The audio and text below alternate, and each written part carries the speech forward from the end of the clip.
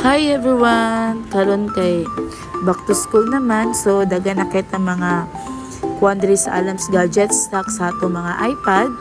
Natay 9th Gen, 10th Gen, naputay mga iPad Pro o naputay mga MacBook.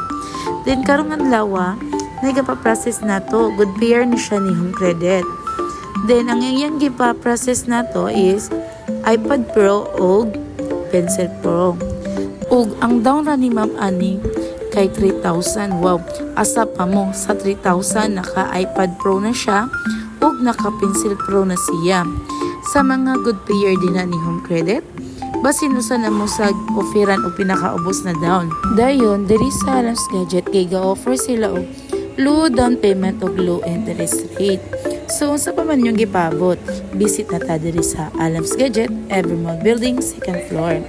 Then karon nagtawo na nato ning gi-unboxing ni Ma'am na iPad Pro. Wow. Color black di ang gipili ni Ma'am.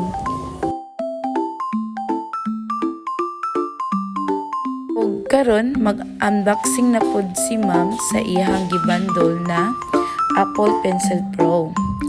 Diba sa halagang 3,000 kompleto na si Ma'am, may iPad Pro na siya ug Pencil Pro.